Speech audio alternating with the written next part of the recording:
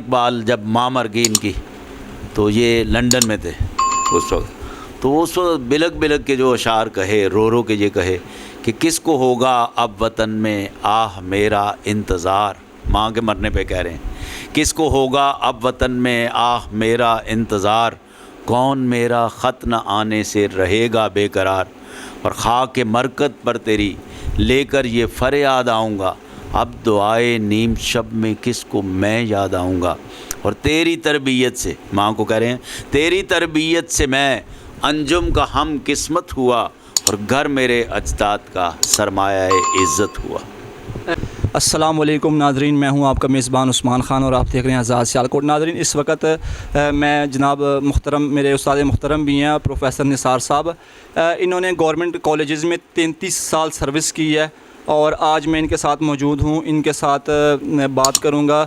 تعلیمی حوالے سے بھی، اور جو اسپیشلی یہ بچوں کی تربیت بہت اچھی طرح سے کرتے ہیں، اس حوالے سے بھی ان سے بات کروں گا، اور ان سے آپ کو شعر بھی سنواؤں گا کہ ان کے شعر جو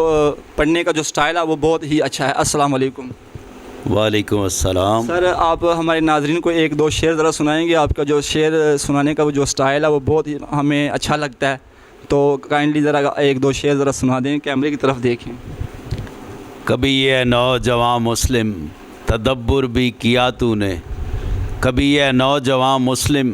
تدبر بھی کیا تو نے، وہ کیا گردوں تھا تو جس کا ہے ایک ٹوٹا ہوا تارا، تجھے آباد سے اپنے کوئی نسبت ہو نہیں سکتی،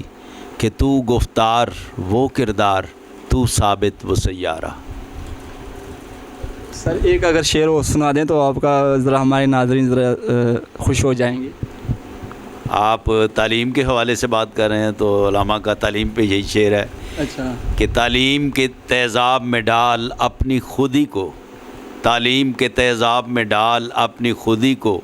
ہو جائے ملائم تو جدھر چاہے ادھر پھیر۔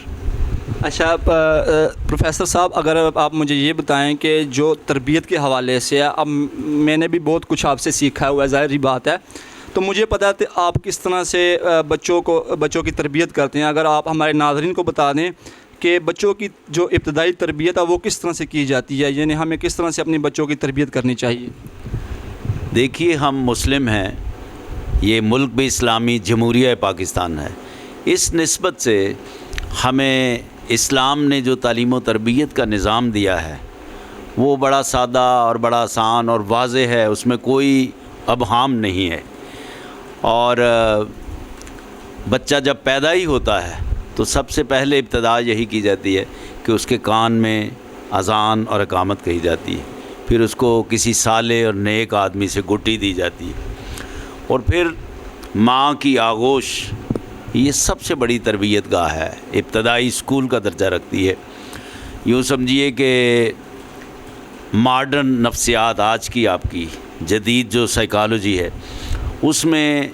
یہ بتایا گیا ہے کہ بچے کے شخصیت کے جو ابتدائی 3 سال ہیں، ابتدائی 3 سال، وہ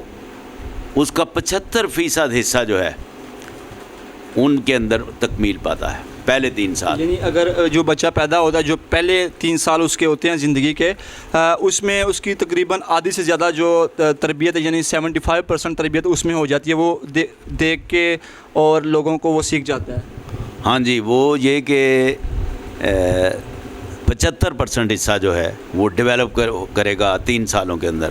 اور پھر ماں کی آغوش پہ چلتا چلتا جب بچہ تھوڑا بڑا ہو جائے گا، باقی جو 25% حصہ ہے وہ مسجد کے اندر چلے جائیں یا کمیونٹی میں چلا جاتا ہے یا اسکول کے اندر چلا جاتا ہے، اس کے اندر اس کی 25%، تو گویا ابتدا کے اندر یہ پہلی چیزیں بنیادی، ابھی وہ بولنا شروع کرے گا تو تعلیم ہمیں یہی دی گئی، نبی مکرم صلی اللہ علیہ وسلم نے سب سے پہلے اس کو اللہ کا نام سکھائے، اس کے بعد لا الہ الا اللہ یہ کلمہ جو ہے اس کے جاری کرایا جائے، اور یہی وجہ ہے کہ جو بچے ان بنیادوں پہ چلیں گے تو انشاءاللہ العزیز ڈگمگائیں گے نہیں کبھی بھی کسی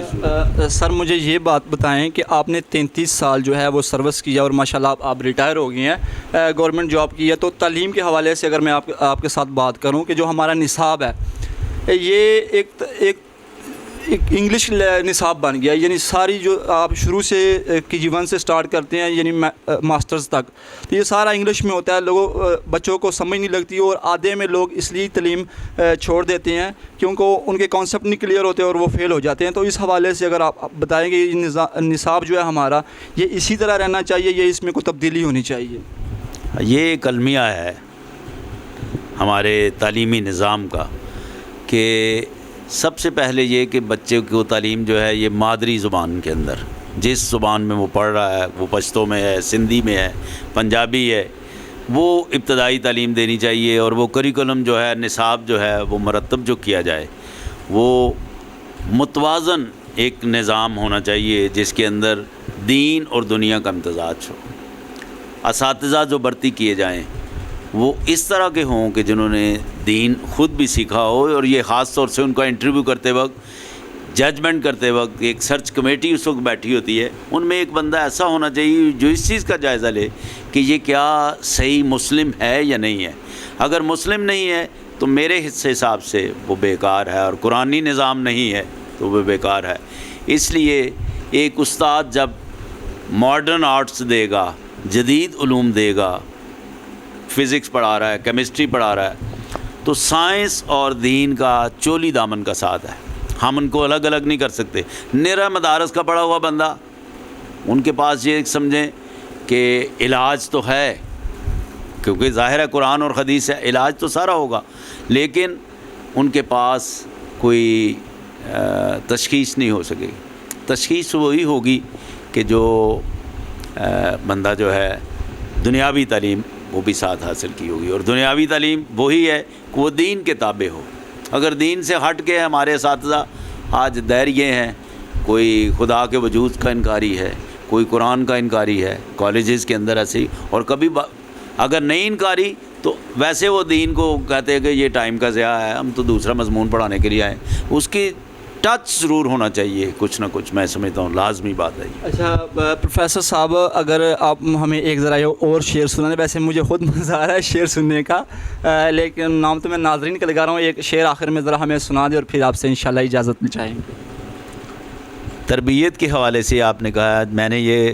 ابھی میں عرض کر رہا تھا کہ ماں کی آغوش اور ماں کی تربیت سب سے بڑا یہ پرائمری اسکول ہے گھر۔ نبی صلی اللہ علیہ وسلم نے گھر کی فضا کو سب سے زیادہ کہ یہ گھر کی فضا اچھی ہوگی، دینی ہوگی تو آگے چلے گا، اس سے آگے جائیں گے۔ اس حوالے سے اگر کوئی شعر آپ سنا دیں۔ علامہ اقبال جب ماں مر گئی ان کی تو یہ لنڈن میں تھے اس وقت، تو اس وقت بلک بلک کے جو اشعار کہے، رو رو کے یہ کہے کہ کس کو ہوگا اب وطن میں آہ میرا انتظار، ماں کے مرنے پہ کہہ رہے ہیں، کس کو ہوگا اب وطن میں آہ میرا انتظار، کون میرا خط نہ آنے سے رہے گا بے قرار، اور خاک مرکت پر تیری لے کر یہ فریاد آؤں گا، اب دعائے نیم شب میں کس کو میں یاد آؤں گا، اور تیری تربیت سے، ماں کو کہہ رہے ہیں، تیری تربیت سے میں انجم کا ہم قسمت ہوا، اور گھر میرے اجداد کا سرمایہ عزت ہوا۔ ناظرین، آپ سب نے پروفیسر صاحب کی باتیں سنی، انہوں نے بہت ہی اچھی باتیں کی تربیت کے حوالے سے، نصاب کے حوالے سے، اور آپ کو اس حوالے سے شعر بھی سنائے۔ ہم ان کا بہت شکریہ ادا کرتے ہیں کہ انہوں نے ہمیں اپنا قیمتی وقت دیا۔ ناظرین، ہمیں اجازت دیجیے، اللہ نگہبان۔